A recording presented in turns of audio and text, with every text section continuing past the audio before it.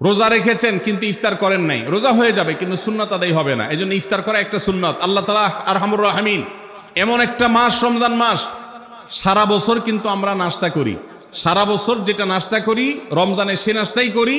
পার্থক্য হলো সারা বছর নাস্তা করি সকালে, রমজান নাস্তা করি সন্ধ্যায়। মানুষ দীর্ঘ সময় না খেয়ে থাকার পরে যে খাবার খায় সেটাকেই ব্রেকফাস্ট বলে, সেটাকেই নাস্তা বলে। আরবিতে যে ইফতার বলা হয়, এই ইফতার শব্দের অর্থ কিন্তু নাস্তা। ইফতার শব্দের অর্থ কি?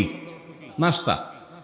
সারা বছর নাস্তা খেলে কোনো সওয়াব হবে, কিন্তু রমজান মাসে আপনি যদি সারাদিন উপবাস থাকার পর সন্ধ্যায় ব্রেকফাস্ট করেন অর্থাৎ ইফতার করেন, তাহলে আল্লাহ তাআলা আপনাকে সুন্নাত পালন করার সওয়াব দিবেন।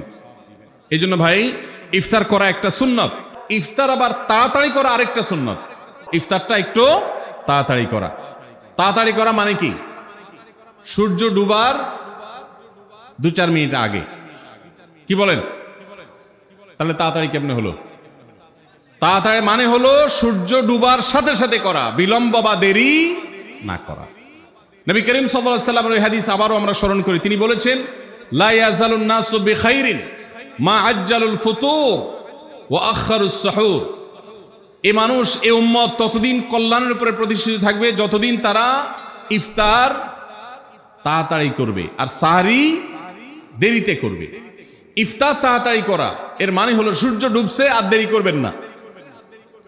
শিয়ারা এবং ইহুদিরা, তাদের মধ্যে রোজা আছে, ফাস্টিং আছে, তারা সেই রোজায় ইফতার করে হলো চতুর্দিক অন্ধকার হয়ে যাওয়ার পর, সূর্য ডুবার পর পর ইফতার করে না। তো এই জন্য নবী সাল্লাল্লাহু আলাইহি সাল্লামের আদর্শ হলো তার বিপরীত, অর্থাৎ সূর্য ডুবার পর পর ইফতার করে ফেলা, অতিরিক্ত বিলম্ব না করা। আল্লাহ আমাদেরকে আমলের তৌফিক দান করুন। ইফতারের দোয়া পড়া, ইফতারের দোয়া জানা আছে ভাই? কি দোয়া? আমরা একটা দোয়া কমন জানি বাংলাদেশে মানুষ, সেটা হলো আল্লাহুম্মা লাকা সুমতু আলা রিজকিকা আফতারতু। এটাও হাদিসে বর্ণিত হয়েছে, কিন্তু হাদিসের সনদ নিয়ে অনেকে কোনটা নিয়ে আলাপ তুলেছেন, প্রশ্ন তুলেছেন। আল্লাহুম্মা লাকা সুমতু মানে হলো, হে আল্লাহ, আপনার উদ্দেশ্যে রোজা রেখেছি, ওয়া আলা রিজকিকা আফতারতু, এবং আপনার দেওয়া রিজিক দিয়ে ইফতার করেছি। আর ইফতারের আরেকটা দোয়া হলো যাহাবাজ জামা ওয়াবতাল্লাতিল উরুক ওয়া সাবাতাল আজরু ইনশাআল্লাহ। এটা একটা দোয়া। যদি এগুলো দোয়ামূলক নয়, আমরা দোয়া বলছি, এটা মূলত আল্লাহর কাছ থেকে একটা প্রত্যাশা। এর অর্থ হলো যাহাবাজ জামা, আমার পিপাসা দূর হয়ে গেছে, ওয়াবতাল্লাতিল উরুক, আমার শিরা উপশিরাগুলো সব সিক্ত হয়ে গেছে, ওয়া সাবাতাল আজরু ইনশাআল্লাহ, এবং আল্লাহ চাহেন তো এই রোজার বিনিময় আমার সাব্যস্ত হয়ে গেছে, আল্লাহর কাছে এটা স্থির হয়ে গেছে। এটা হলো ইফতারের দোয়া। ইফতারের দোয়াটা কি ইফতারের আগে করব না পরে করব? ইফতারের দোয়াটা যারা ইফতারের আগে করার পক্ষে তারা হাত তোলেন। অল্প সংখ্যক মানুষ। আর বাকিরা সবাই কি পরের পক্ষে না মাঝখানের পক্ষেও আছেন লোক? সব পরের। মাশাআল্লাহ, সব সূক্ষ্ম সূক্ষ্ম মাসআলা দেখি গাবতলী মানুষ জানে, মাশাআল্লাহ, অনেক অগ্রসর দেখা যায়। আল্লাহ আমাদের সবাইকে দ্বীনের জন্য কবুল এবং মঞ্জুর করুন। মাশাআল্লাহ। ভাইরা আমার, ইফতারের দোয়াটা ইফতারের পরে করতে হয়, যেটা বেশিরভাগ মানুষ জানে না, কিন্তু আমি অবাক হলাম যে এখানে বেশিরভাগ মানুষ আপনারা জানেন, মাশাআল্লাহ, নলেজেবল মানুষ, বোঝা গেছে। ইফতারের দোয়ার অর্থের দিকে তাকালেই তো বোঝা যায় এটা আগে না পরে। দোয়ার অর্থের মধ্যে তাকালে আমরা দেখতে পাচ্ছি যে আল্লাহ শিরা উপশিরা সিক্ত হয়ে গেছে, পিপাসা দূর হয়ে গেছে, এগুলো তো ইফতারের পরেই হয়। অবশ্য আমি অর্থ আগে বলে দিছি, সেটা দেখে হয়তো আপনারা অনেকে বুঝে ফেলছেন, মাশাআল্লাহ। তো যাই হোক, ইফতারের শুরুতে বিসমিল্লাহ বলে ইফতার করব, আর শেষে এই দোয়া পড়বো। আল্লাহ আমাদেরকে আমলের তৌফিক দান করুন।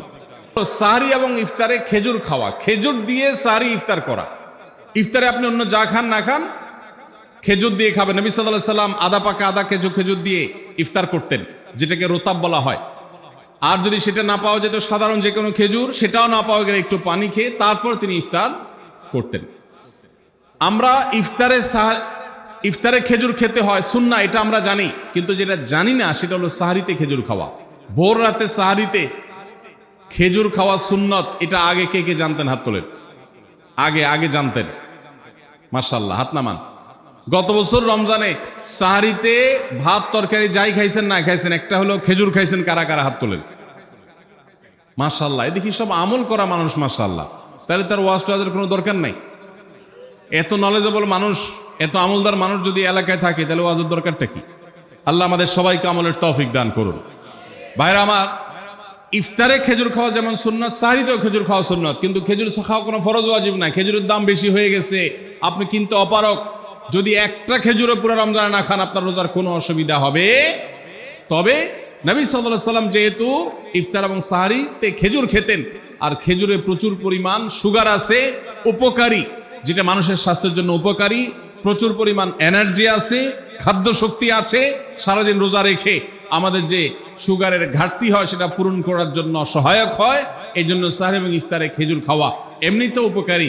আর নবী সাল্লাল্লাহু আলাইহি ওয়াসাল্লামের সুন্নাত, তিনি বলেছেন নি'মা সাহুরুল মুমিনি আত-তামার, ইমানদারের সাহারির আইটেমের মধ্যে সবচেয়ে বেস্ট উত্তম হলো খেজুর। এই জন্য অন্য যাই খান না খান একটু হলো, এক পিস হলো খেজুর খাবেন, ইনশাআল্লাহ সুন্নাত আদায় করার নিয়তে খেলে এই সুন্নাতটা আদায় হয়ে যাবে। আল্লাহ তাআলা তা চাহেন। তো প্রিয় ভাইরা আমার, রোজা কিন্তু আমাদের সাথে কথা বলে। রোজার ভাষা আমরা অনেকে জানি না, কি বলে সেটা অনেকে বুঝি না, কিন্তু রোজা আমাদের সাথে কথা বলে। কি কথা? সিয়াম শব্দের অর্থ, আমরা যেটাকে রোজা বলছি সেটা কোরআনের ভাষায় বলা হয় সিয়াম, হাদিসে বলা হয়েছে সেটাকে সওম বা সিয়াম। এই সওম বা সিয়াম একই শব্দ, এর অর্থ হলো বিরত থাকা। এর অর্থ হলো কি ভাই? বিরত থাকা, ব্রেক দিতে জানা। আল্লাহ রাব্বুল আলামিন রোজার মতো ইবাদত দিয়েছেন আমাদেরকে জীবনে ব্রেক দেওয়ার অভ্যাস গড়ে তোলার জন্য। আমরা যেন ব্রেক দিতে শিখি, আমরা যেন থামতে শিখি, আমরা যেন নিজেদেরকে নিয়ন্ত্রণ করতে শিখি। ইসলামের যে বৈশিষ্ট্য, ইসলামের যে বিউটি, ইসলামের যে সৌন্দর্য, সেটা হলো ইসলাম পৃথিবীর মানুষকে আত্মনিয়ন্ত্রণ করবার কথা বলে। আজ ভোগবাদী পৃথিবীর যেদিকে তাকাবেন চতুর্দিকে দেখতে পাবেন শুধু ভোগের হাতছানি। দুনিয়াটা মস্ত বড়, খাও দাও আর ফুর্তি করো, শুধুমাত্র ফুর্তি, ফুর্তি এবং ফুর্তি, ভোগ এবং ভোগ এবং ভোগ। গোটা পৃথিবী আপনাকে ভোগের কথা বলবে, ত্যাগের কথা বলবে না। ইসলাম আপনাকে ত্যাগের কথা বলে। আপনি ঈদ উদযাপন করবেন, ঈদ উল ফিতর, সেখানে পর্যন্ত ইসলাম বলে আগে গরিবের বাসায় ফিতরা পৌঁছাবে, তারপর তুমি ঈদগাহে যাবে, ঈদের আনন্দ করবে। আপনি কোরবানির ঈদে পশু জবাই করে গোশত খাবেন, উৎসব করবেন। ইসলাম বলে ভালো কথা, তুমি উৎসব করবে, তোমাকে উৎসব করতেই দেওয়া হয়েছে, কিন্তু আগে গরিবের বাসায়ও গোশত পাঠাবে ঈদের, সেটা নিশ্চিত করবে, তার পাশাপাশি তুমি ঈদ উদযাপন করবে। আমরা যে রমজানের রোজা রাখি, এই রোজা আমাদেরকে বিরত থাকার কথা বলে। সেই বিরত থাকাটা কি? সেটা হলো আমরা যখন রোজা রাখি আমাদের পিপাসা হয়, আমাদের ক্ষুধা লাগে, পিপাসা হয়, আবার হাতের সামনে হয়তো পানিও আছে, আমার ক্ষুধা লাগে, হাতের সামনে হয়তো খাবারও আছে, কেউ দেখছেও না, সিসি ক্যামেরাও নেই, বদ্ধ রুমে কক্ষের মধ্যে, কিন্তু আমি রোজাদার। কোন রোজাদার রোজার মধ্যে খায়, পান করে? কেন? কারণ সে জানে আল্লাহ নিষেধ করেছেন।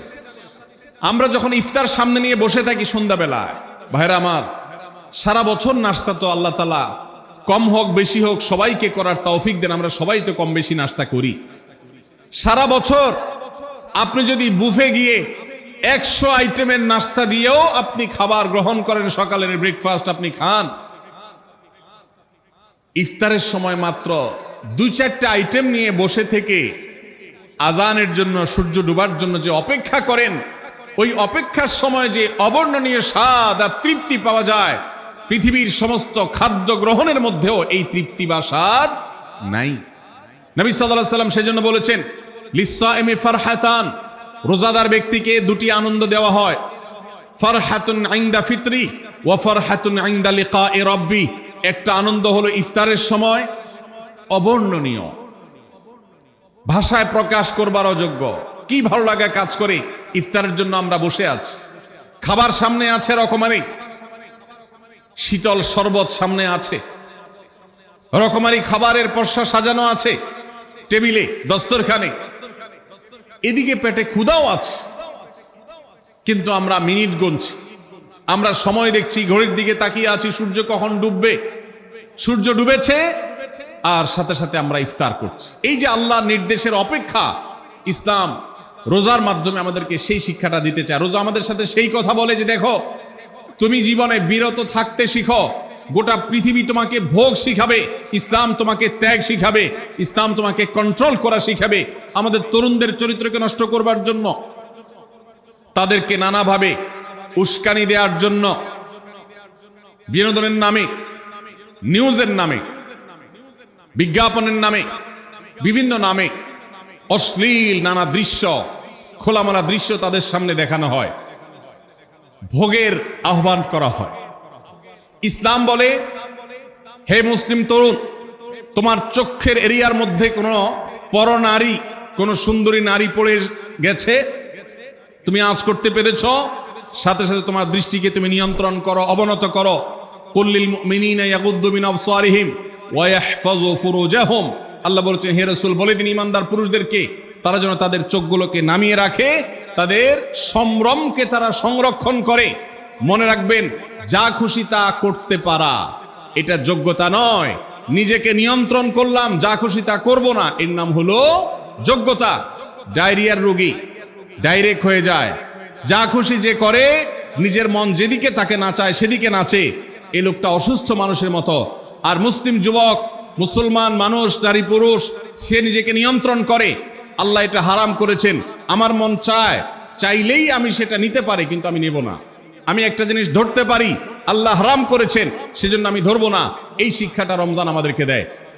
অতএব রমজানের সবচেয়ে গুরুত্বপূর্ণ আমল হলো এই 10 নম্বর আমল, সেটা হলো পাপাচার বর্জন করা।